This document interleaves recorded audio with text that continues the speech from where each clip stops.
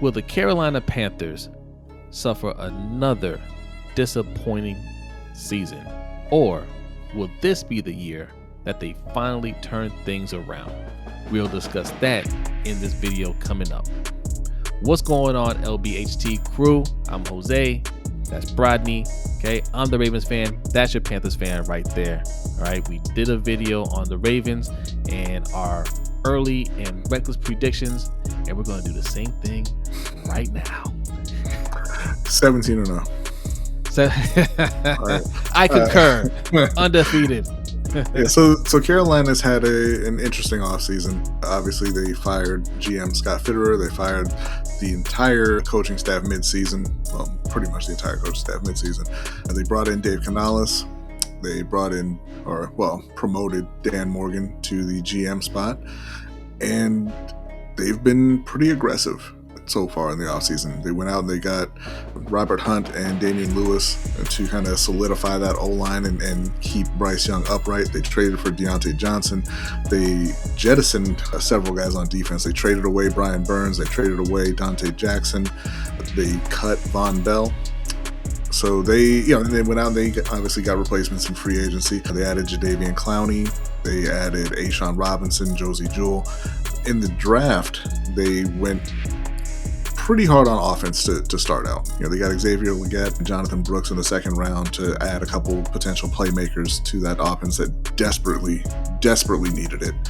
And then they went defense a little later with Trevin Wallace and Chow Wade Smith. And we'll see how those guys all come together. I mean, obviously you're not expecting too much of a contribution, maybe outside of the top couple of rookies there, and Jatavian Smith, since they don't have any tight ends on the team. But we're going to take a look at their opponents for 2024. We'll give you our thoughts on how this rebuild is going to fare this coming season. All right, what we got? We have obviously the division games, home and away with the Falcons, Saints, and Buccaneers. They have got the NFC East. They've got the AFC West. And then they've got the Bengals, the Cardinals, and the Chicago Bears. So we're going to start off with the NFC South. I want to say arguably, but it's not. It's just they're the worst team in the league. The worst division in the league, I should say. The Atlanta Falcons went out and paid $100 million guaranteed to Kirk Cousins in his late 30s, coming off a torn Achilles. And then they drafted a quarterback in the top 10.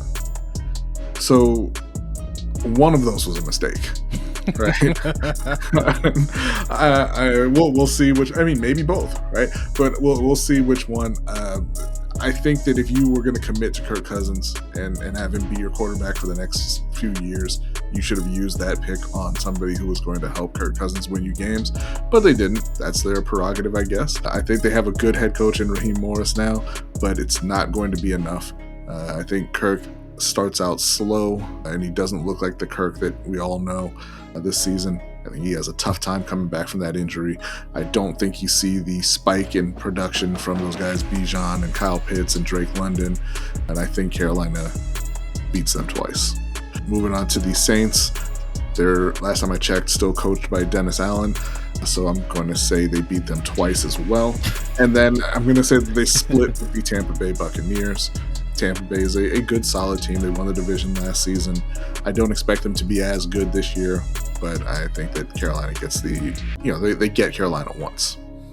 Okay. Carolina's going to be much better than last year, and they were competitive in a few of these games last year, even though the season was a disaster for them. I do think Raheem Morris is a better coach. I think Kirk Cousins is a better quarterback, and or Michael Penix, whoever they decide to start. But yeah, man, I don't know. Like with what they got going on right now, I don't even know Kirk Cousins. He might be gone before then, right? So I'm gonna say they split. I think the Panthers split all the way through. Okay. The team that they could end up sweeping is the Saints, though, if they have everything together. But for now, I'll say they split. So I'm gonna say 3-3 for the Panthers in division. All right, so we're going to move on from the NFC South. Like I said, they are also playing the NFC East. And that is the New York Giants, the Dallas Cowboys, the Washington Commanders, and the Philadelphia Eagles. I'm going to go ahead and start out right off the bat and say they lose to Philly. I think Philly's going to be one of the best teams in the league. Yeah. Philly's got too much on offense for Carolina to hold them, so that's going to be an L. I do think that they lose to Dallas as well. I said in our other video that I thought that Dallas was going to come apart at the seams a bit. But again, I think that the talent is just going to be too much for Carolina, who is still a young team and still rebuilding. You know, they're going to have a tough time holding CeeDee Lamb. Dak Prescott is still one of the better quarterbacks in the league. So I think Dallas gets the better of them. New York is still nothing. That hasn't changed since our last video. So they're going to get... Who's the quarterback? It's going to be Drew Lock. Famous for his knowledge of Young Jeezy, or Daniel Dimes, famous for getting a $40 million a year contract and then possibly losing his job to Drew Lock, or Tommy DeVito, famous for being known as Tommy agent. Yes, his agent. Famous for his agent. Saquon Barkley's gone. You know, they drafted Malik Neighbors, but again, C quarterback. They're going to have a great defensive front. You know, they're pairing Brian Burns with Kayvon Thibodeau. They've got Dexter Lawrence in the middle. But Carolina has a hopefully much improved offensive line. And I think they're going to be, dare I say, too explosive on offense to lose to the Giants. So I'm taking Carolina in that one. And I'm taking Carolina over the Washington Commanders with rookie quarterback Jaden Daniels and retread head coach Dan Quinn. I'm sorry, I don't believe. I agree with you on those very same games. I got them 2-2 in the division as well. Yeah, before we get to the AFC West, we do want to take a pause here and talk to you a little bit about Magic Mind, which is a productivity shot that we've talked to you about a lot before. It's become a part of both of our daily routines. You know, it's a little shot bottle, right? You take it out of the fridge, shake it up a little bit, drink. It takes about 5-10 seconds, and you've got a full day's worth of productivity. It can help you reduce your caffeine intake. You don't need to be slamming coffee all day. You don't need the energy drinks with the sugar rush followed by the crash. It gives you a nice mellow zone, as it were. You know, you take it, and about 15 minutes later, you're in the flow, and you're locked in. You're focused on whatever it is you're doing, whether it's your 9-to-5 job, whether it's being creative, making videos or whatever it is. It's going to help you get done what you need to get done. Like I said, it's been a part of our daily routine for several months now. It's how we get through recording and editing videos and doing our live streams and everything. And it's been a godsend. Yeah, I mean, you said it right there. When we're doing editing, I do a lot of edits on these videos, and when you edit these things, man, it takes hours. Lots of hours sometimes, and you need something like this to keep things in order, because there's a lot of shifting around. There's a lot of stacking videos on top of each other, putting overlays in, and there's a lot to it. And if you can lock in, it will help you move everything along a lot faster. So I always make sure I take a shot of this before I start editing these videos and put this out for you guys. And trust me, it is very helpful. So if you want to try it out for yourself, you can see down at the bottom of the screen there. You just want to head to www.magicmind.com/lunchbreak.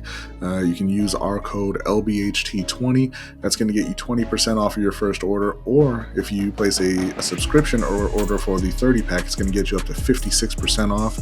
And that is a no risk proposition. You get a money back guarantee. If you don't like the product for whatever reason, they're going to give you a full refund, no questions asked.